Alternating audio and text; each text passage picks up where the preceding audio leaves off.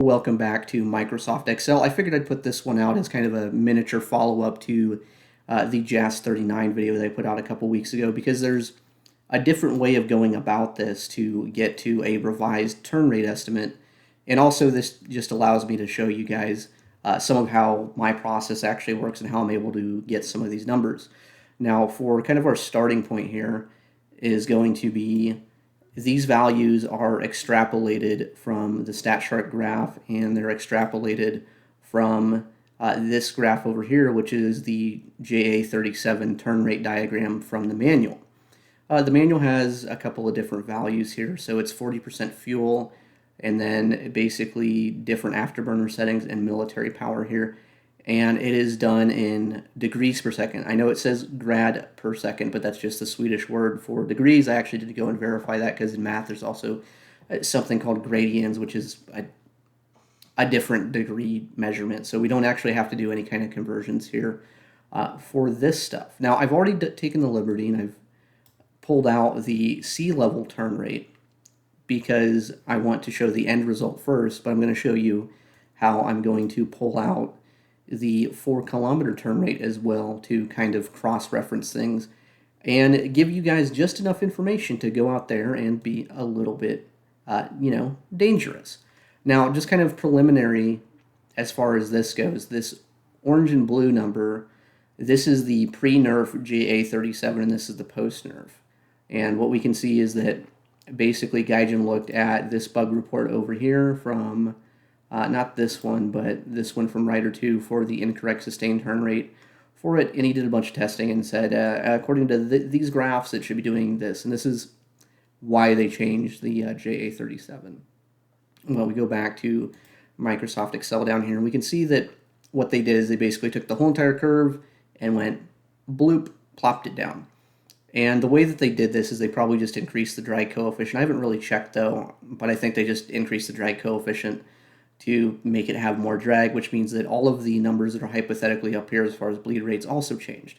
Now, did they actually get it right? Now, if we compare the sea level sustained turn rate versus the end game values, they basically kind of got it wrong, kind of got it right. It really depends on what you consider for accuracy. So the blue line is the current turn rate, the orange one is the previous one, and then this green line here is what's actually reflected in the manual. And what we can see is that the new one is basically accurate from this Mach 0.5 number all the way up to here, and that's a little bit underperforming. And the old one is overperforming in all the same regions, and then when we get down to this very low end, it kind of matches expectations, and then it kind of underperforms. Now, the reason it probably underperforms in this region is if we go back to our graph here, we do have a lift limit line. And when I plotted this out, I got the data point for all the way over here as well, and assuming that this lift limit line, this angle attack limit, or whatever this happens to be, just doesn't exist. And I think what Gaijin has done is they kind of went over here and went, oh, that's the lift limit, and went bloop, and moved kind of that data point down. And that's why you do see this kind of like decline down here. But that's kind of like the results at sea level. Now let's show kind of how we got to this line here and get some information. So the first thing we're going to do is we're going to do a good old print screen, and we're going to copy and paste this. So I've already blown this up in the Excel spreadsheet to make this a little bit bigger. And we're going to pop over here and we're going to go to something called graphreader.com. This is graphreader.com v2, and we're going to load our image here. And what I just do is I do Control V, and there we go. We got our thing. It's set at 1 zoom. You can go up here and you can zoom in further. And the first thing we have to do is we have to set our reference area. And the important thing with this is a lot of these scans, because they're out of books, actually do curve a little bit. So what you're going to notice is if we're dead on over here on this left side, by the time we get to the right side, this line's not perfectly straight because this is from a book and it's curved. Like if you've ever read a book, you'll notice that they're curved. So we kind of have to guesstimate. There's another way to do this where we can kind of go down here and kind of split it up into sections, or we could get probably the first half of the curve and then the back half of the curve. For the purposes of this demonstration, I'm just going to kind of move this over here and split the difference. So if it's perfectly accurate here, these numbers are going to be a little bit off. So we're going to kind of go, we'll go down here, and these will still be a little bit off. Now that we have this reference area set, we have to set our y-axis and x-axis values. We need to tell this of like, what is this measuring here? And so our y high value is 30. So let's go down here and we'll go 30, and our low is 0. Okay, if you notice up here, this tells us the x and y values of where the mouse is. And then for our x values, we're starting at 0.0. We're just going to put 0, and we're going all the way up to 1.4.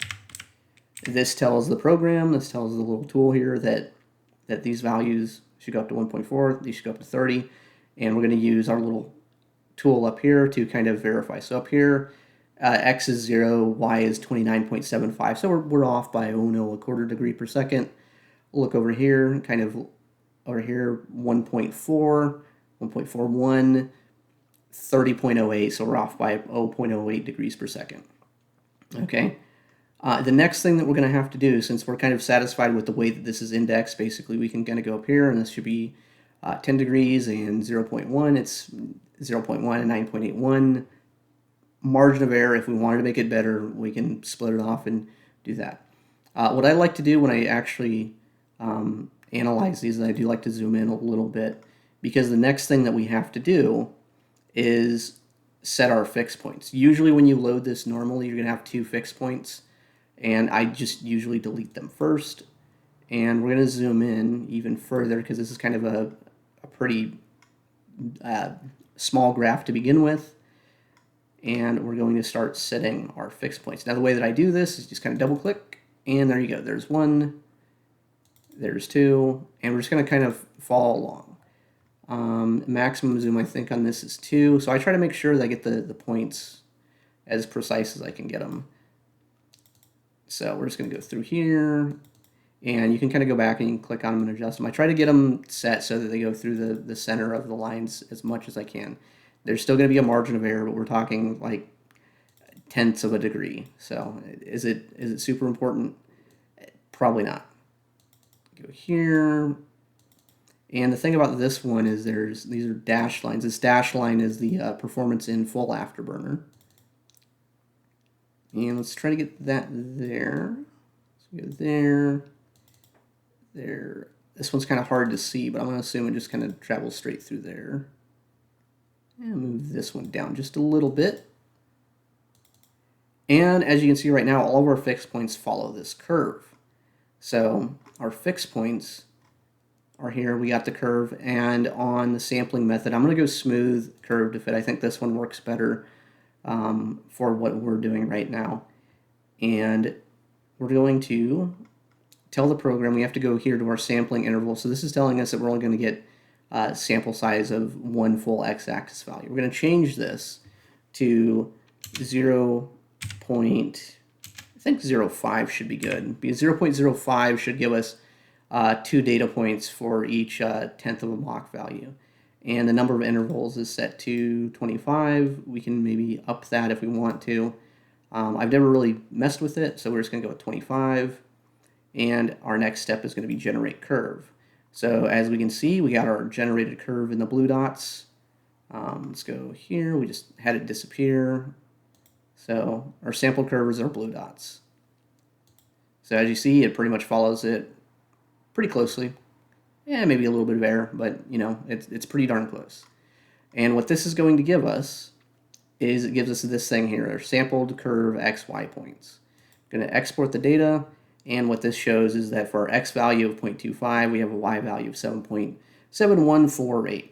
We're just going to take all this crap, and we're going to copy it, move it back to our Excel spreadsheet, and we're going to move it over here. So this table is basically the same thing, but it's correlated to the sea level turn rate. But we'll go over here, and we'll go bloop, and we're going to relabel this because we know that these are Mach values. So we go Mach, and our Y values are turn rate. And just based on this, bad typing, just based on this, we have now extrapolated the 4 kilometer turn rate from this diagram. And now we can compare it to what we extrapolate from StatShark. So we're going to do the same thing. I'm not going to record that point. I'm going to skip ahead and be able to overlay them and then move on to the next step. Okay, so we are back, and this is the StatShark diagram for 4 kilometers, and we're doing basically the same thing. I do have it zoomed in quite a bit, but I have these points sampled, so 0.2, 0.25, 0.3, all of these are sampled. I'm just going to take all of these values and I'm going to copy and paste them.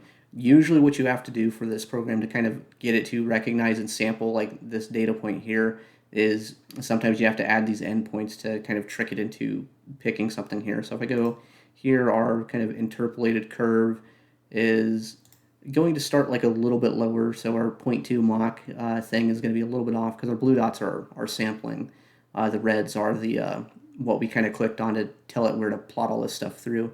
But as you can see, this blue line, these blue dots here, pretty much follow along. So we can go back here, we can go into Excel, and usually what I do is I'll paste these off by themselves because we know that our sample curve here starts at 0.25. So if I just like put it over here, you might have like stuff where it just like is all shifted down. So we got to make sure that this is accurate. So since we know we go from 0.25 to 1.35, we're going to go from 0.25. We'll take these values here and all the way here and go cut and paste. And this gives us the turn rate real. Usually just put real and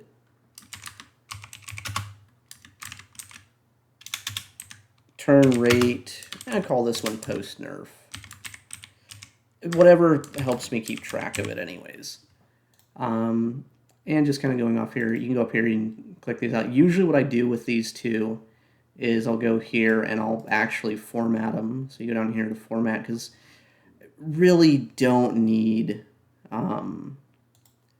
all the decimal places. So we go to number and we'll just go down to 1 decimal place. And that makes these numbers a little bit better. It doesn't get rid of them. Like you can see up here that it's still registering this as 8.1811. It just rounds them. So same thing here, 8.7025. And now we can generate a chart kind of like this one to just see what the 4 kilometer turn rate is versus StatShark. And I'm not doing the one for the old flight model just out of pure laziness right now, just for because this is just for demonstration purposes. Later in the video, I'll actually have the other one up as well. And the first thing I like to do with my charts, I like to put them in the format that I like to style. This just keeps everything a little bit consistent. And we're going to blow her up here. And I don't know, that's probably a good size. I don't have a standardized thing for these. I know I can probably just put in the dimensions and go put the label up here. Boop. 4 kilometer turn rate.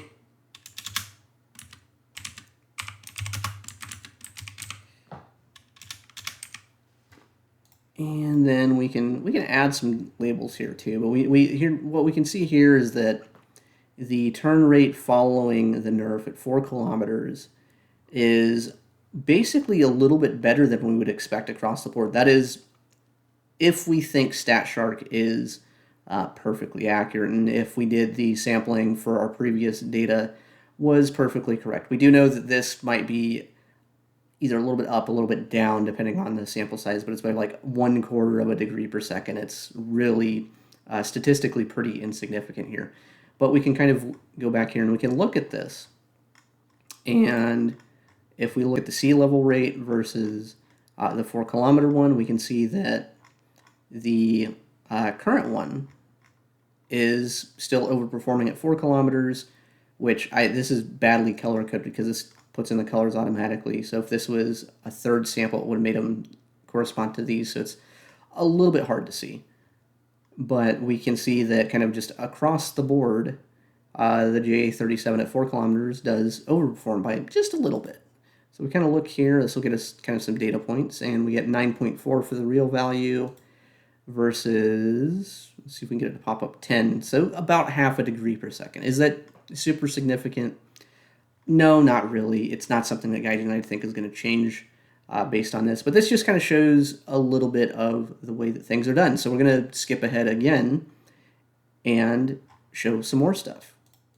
Okay, welcome to the future. I have taken the liberty to reformat this a little bit to make the outputs for the chart a little bit more consistent with the previous one. I've basically lined up all the columns so that the real turn rates are all in this column, the pre-nerf turn rates are in this column, and the post-nerf, the current flight model, is in this column. This will just keep the color coding on this consistent between the two, and it means I don't have to go back and like re-click and do all the color coding manually.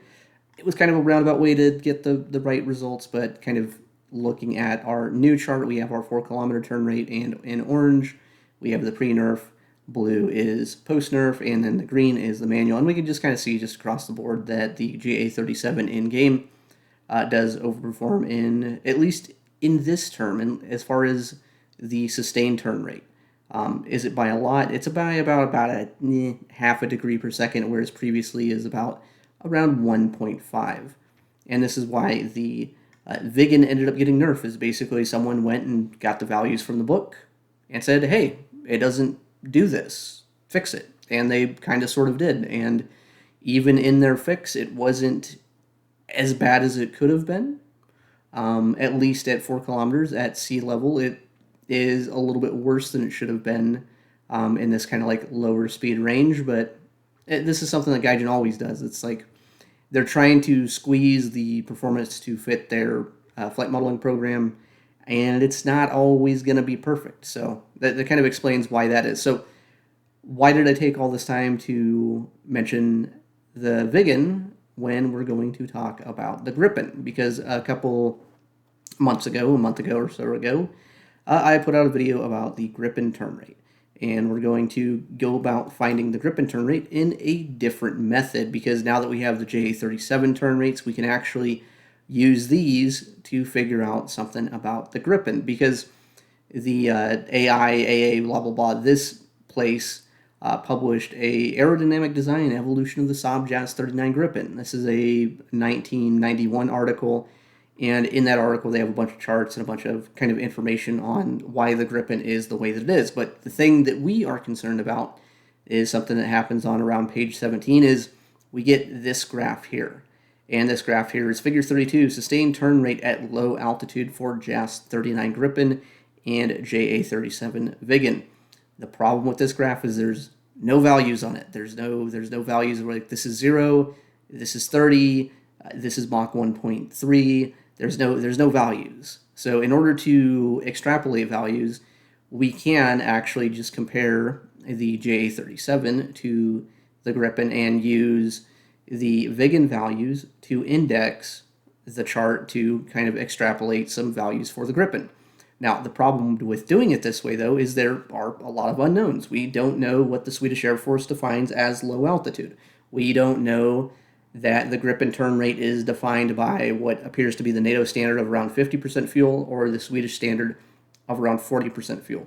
We are still kind of doing an educated guess. And if you've followed Gripen bug reports in the past, this is kind of more or less what I think Gaijin has done to get to kind of the Gripen turn rate, as well as referencing this and kind of coming up with their own numbers. And I think they are assuming that low altitude means sea level.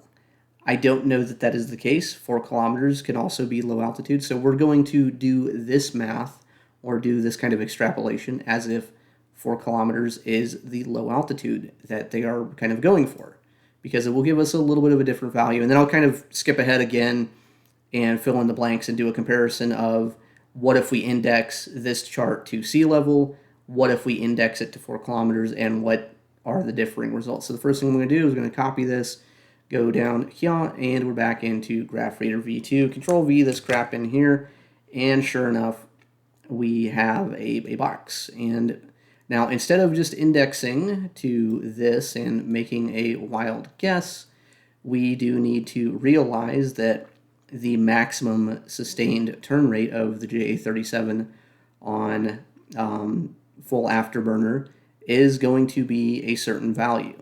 And we know that this curve basically confines to one of these two. So it's either going to be this one up here or this one down here. And if you kind of look at the manual, let's see if I can get over here, because we can kind of look at both of them, kind of examine the shapes and kind of maybe arrive to something of a conclusion. And if you look at the manual, it looks like the 4 kilometer one confines a little bit more, but it's really kind of a wash. Like you have like this, you have like a little bump, a little dip, and then you have a dippy do, and this one's kind of flat and then falls off a cliff. But really making this comparison is it's kind of rough. And on this one, we actually don't have the part where it really dramatically falls off a cliff, which kind of shows us that this graph is truncated to show basically a lower speed range, or a lower maximum speed range than these graphs are. So the graph that we're looking at in the Gripen comparison is one of these that's been truncated off to like Mach 0.9 or Mach 1.0 or something to that effect. So the big thing that I have over here, though, is we have the maximum turn rate values. And the maximum turn rate value at sea level is going to be right around 14.0, 13.9. We see that of all these values, we get 13.4, but then it goes up to around 13.8. So we can index it to 13.8. And if we go to 4 kilometers, we can see that our index is going to be at maximum 9.4, 9.5. And it's 9.4 from Mach 0.65 all the way up to Mach 0.85. So let's go back to Graph Reader and set our point. So the first thing we're going to do is we're just going to kind of make a guesstimate. So if we assume that the center of the line is where it's indexed, we can kind of assume that this maximum value is either going to correspond to the maximum at sea level or the maximum at 4 kilometers. Because we're doing 4 kilometers first, we're going to set our maximum value to, I'm going to call it 9.5. Okay, so let me show you guys a little bit of what I have going on here. So I have our blue reference box. Our blue reference box is going to encompass basically this whole entire JA37 sustained turn rate line, because we're going to use this line to estimate the values for this up here, as well as the speed ranges throughout the whole thing, because we decided that this graph doesn't perfectly match the previous graph, so we kind of have to do a little bit of scientific guesswork. Now, our first bit of guesswork is we're assuming that low altitude in this case is 4 kilometers. That's where we're going to use 9.5 degrees per second as the maximum Y value reference. The Y value reference is basically, I've had it set up so that when it crosses through the center of this line, this is 9.5. I've set this to 0. And in order to get the speed ranges, I have had to basically look at this line and go, on the original turn rate graph, what is the Mach value that corresponds to 8.38 degrees per second, 8.25? And if we go back here, we're going to skip a little bit ahead because I've done a little bit more work on this. If we're going to go for a low value of 8.25, we go 2, 4, 6, 8. And up here, 8.25. We're going to call it Mach 0.3. That's pretty close. Is it perfect? Probably not. So that's how we get the X low value. Our X high value is going to be based on the fact that the non-afterburner mill power line basically should stop at around 1.0.9, and we're going to index our second point based off of this as well as this. We know that in this graph up here, we don't quite get to this kind of big dip. So we know that we're somewhere in this range at the end, but we're not entirely sure. So I've just indexed it to Mach 0.9. So this value is to Mach 0.9. Once we do that and we generate our curve, so we have this, and we take this, copy paste it into Excel, and this is what we end up with. Is if we index it to this, we do have some errors here. So on the original chart, we said 8.2 degrees. When we extrapolate the values based on this, we get 8.3, 8.5 versus 8.8, 8.7 versus 9.2. So overall, about 1/2 of a degree per second difference between the two. And I've actually got this this comparison down here of showing our extrapolated values versus the ones in the manual. Now what this means though is we should be able to go back to the graph reader and plot points for the Gripen and get an output that somewhat makes sense. Okay, so we have kept the same reference values that we established for the JA37, so nothing has changed. The only thing that I've done is I have put these fixed points up here to basically plot this curve because we are assuming that we have gotten this one correct, and therefore if this one is correct, this one should also be somewhat correct and believable. And once we do the sampled curve, the blue dots are going to be the values that end up in the spreadsheet. We export them, we bring them back to the spreadsheet, and we get something that looks a little bit like this. So if we take this chart and we reference it to this one, and we assume that this comparison of Jas-39 and Jas-37 is at 4 kilometers, we get values that look like this. This one, by the way, is highlighted in red because when we go back to here, this blue dot is something that I've made a logical guess on. We only have solid values from around Mach 0.35 up to 0.9 or assumption. So this value, we could change it down here, we can move it up here, we can kind of do it, and we would have kind of a margin of error here. So that is denoted in red just to let me know that, hey, this value might be a little bit, a little bit different. And once we have this, we can continue on, we can plot the Jas-39 mil power, and then we can go and get the StatShark references, insert them over here, and eventually what we're going to do is we're going to do one of these, where we're going to have a similar chart of what we expect the Jas-39 to do based on referencing this part, and we'll have a StatShark value and we'll be able to see how far they are off if we change the assumption of indexing this low altitude to mean 4 kilometers. At the same time, I'm going to go back and I'm going to repeat the same process for sea level. I'm not going to show the whole entire process because you've already seen it once, you've seen it twice, we don't need to see it 3 times. Okay, we are back in Excel. I'm in the process of extrapolating the sea level turn rate values. Basically, instead of referencing this unnamed chart to the 4 kilometer chart, I am referencing this chart to this one and using the turn rate values from this one to kind of figure out what this line is to then get a comparison with the Gripen. Now, the problem with doing it this way, at least for me so far, has been trying to get this line to match this line isn't really working out all that well.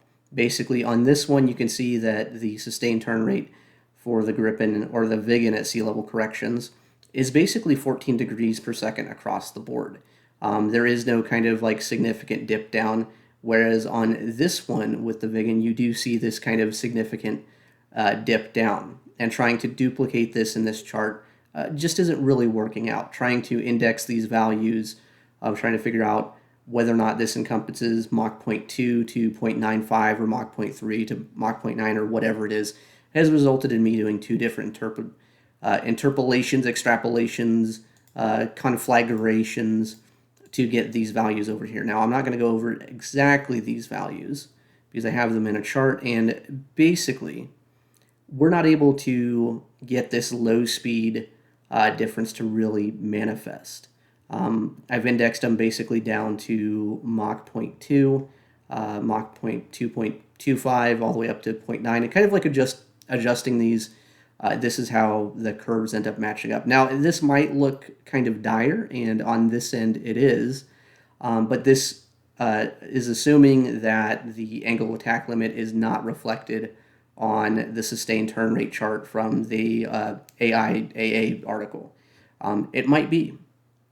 But overall, it does result in a little bit of a margin of error where when we kind of get the shapes don't necessarily match up, but they are still pretty close. Looking at kind of the first extrapolation, our endpoint is still the same.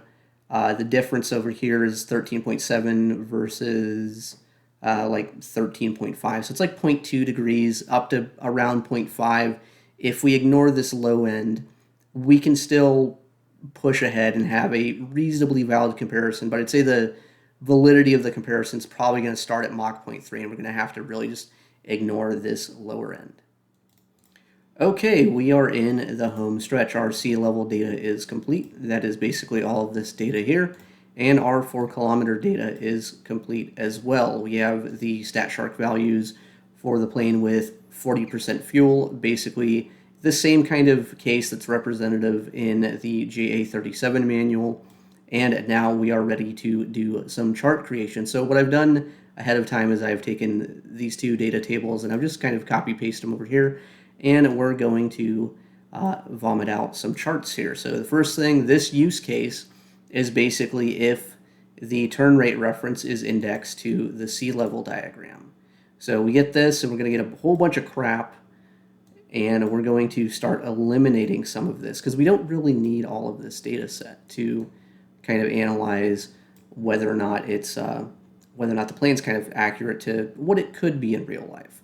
So the first thing we're going to do, let's change this to this style here. I like this style for this kind of comparison because it does get us some solid numbers, but we have too much data.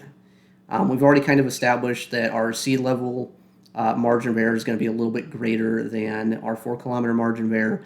We have done our best to squeeze it to fit, and we're going to basically go here, and we're going to select data, and basically we're not going to bother with this right side because this is our horizontal values, but we don't need the Jas-37, we don't need the extrapolated 37.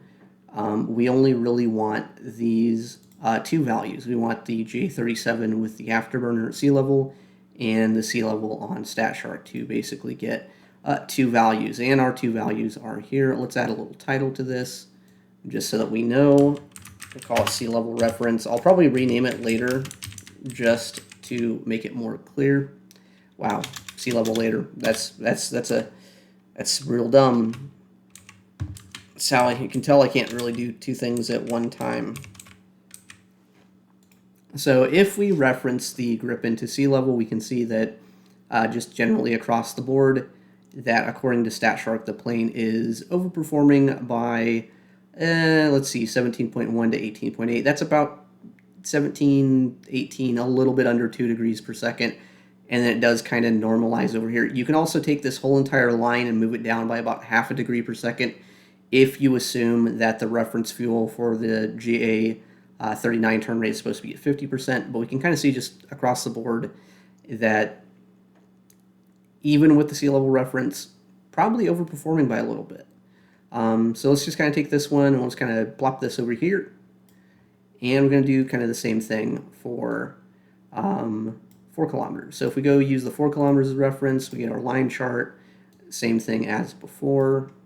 I like to make these kind of the same size, but we're just going to eyeball it here. I might make this one a little bit smaller just to make it a little bit easier to have a side-by-side comparison. Let's make it a little bit bigger. I think if we go down, because I want there to be some vertical separation so we can kind of clearly see these numbers. But we'll go here, and I'm sure there's a preset thing where I could like double click this and have like a default size, but let's go change our style first, get our numbers on here, go title, we'll call it 4 kilometer reference. Sure, that's probably how I spell reference. It's probably wrong, but accidentally move that down. I don't really want that. If we go undo, we should be back in the same point. We do want to get rid of the JA37 data down here, as well as the mill power data, because we're not really referencing that right now. So go here, select data. We don't need the 37 turn rate. We don't need the extrapolation. And we don't need mill power. This is going to reduce our graph into just 2 points, and it gets us to this and this. So even if we use the reference for 4 kilometers, the reference for sea level, we do see that based on our data, we kind of have the belief that it is overperforming. Now our max data set, now this one has more data points because I used a different interval on the graph reader program. I used a little bit more of a coarse interval on this one. Overall, these charts are showing kind of the same relationship though. For our top end, kind of just trying to pick out 2 points, and this is why I like this, is we can kind of see here StatShark says 15.5. This says 13.7, 14.0. So if we kind of look at 14.0 here, I'm just rounding up 14.0 to 15.6, this is 1.5 degrees per second difference. If you take this line, move it down by half a degree to compensate for maybe fuel load being a little bit different, you'd still see that's kind of overperforming. And then kind of on this end here, 20.3, 21.5, basically around a degree to 1.2, 1.3 degrees per second. So before we jump to the conclusion and assume that we have arrived at the correct conclusion, we should look at other evidence and see what else is out there to maybe get to a little bit of a better understanding of why things are the way that they are. And our next source that we're going to look at is this Air Maki document. This is one of those that is used as reference for the Gripen. And there's also another Arms Corps document that also basically makes the same claim of the Gripen sustained turn rate at 15,000 feet is around 13 degrees per second. And what this shows is when we really kind of plot this in granular levels, that our expected maximum turn rate is going to be 13.31 degrees per second. That's if this chart is of very high accuracy.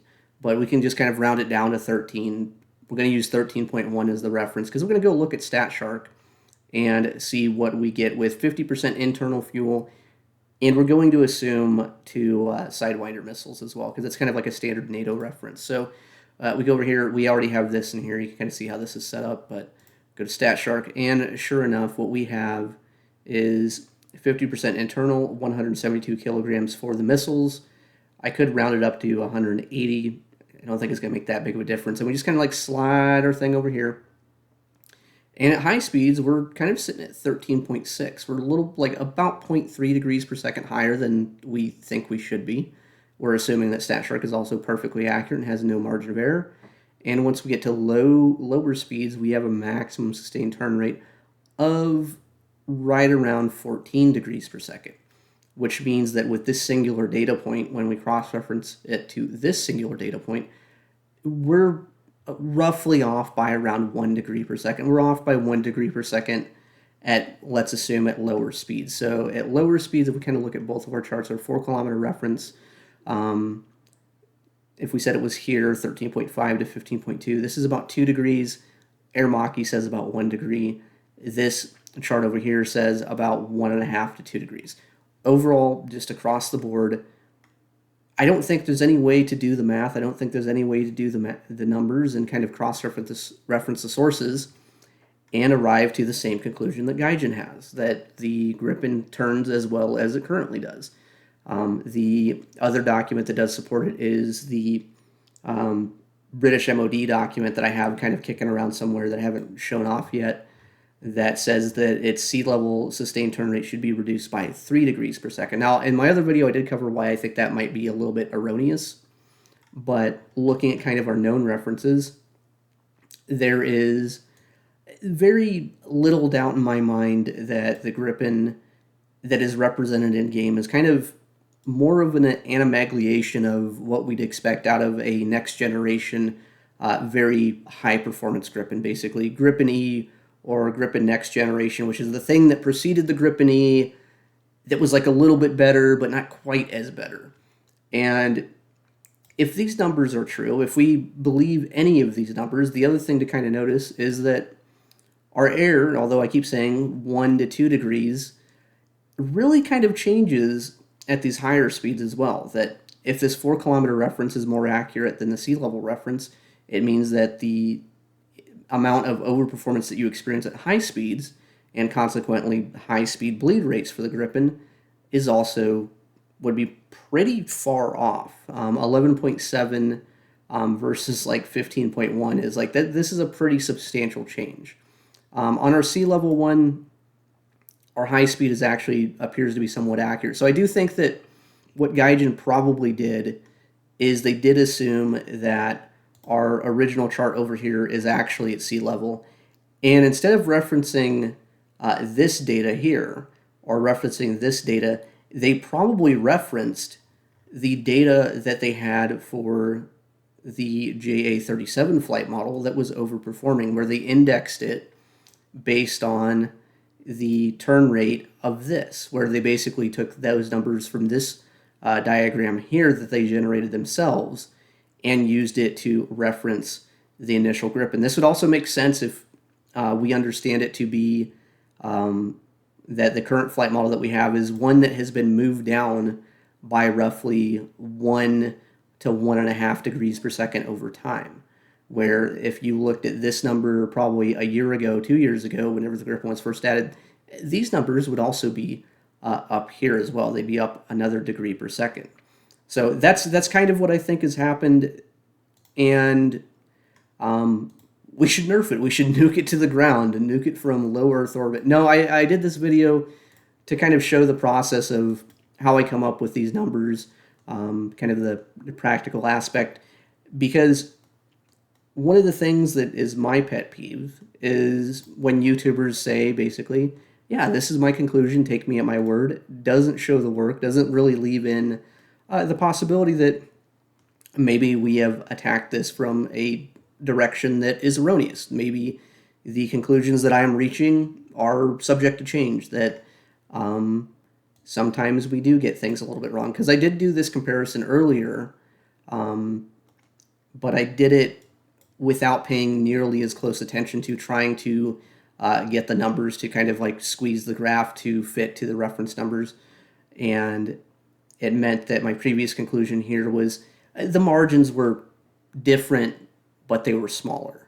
I also did the previous comparison. I did the previous comparison with 50% fuel, and that will change these margins a little bit. But I honestly don't see. I honestly don't see any way to take all of the sources to get the flight model that we currently have in game. It does have a good bit of basis in aerodynamic reality as far as the lift to drag curves are concerned, but the overall performance, what you're getting, is probably more commensurate with a lighter Gripen with better wing loading than what the real life plane should be expected to be. Anyways, that's going to be it for me for the night. If you like what you see, subscribe to the channel, etc., etc. You know the drill.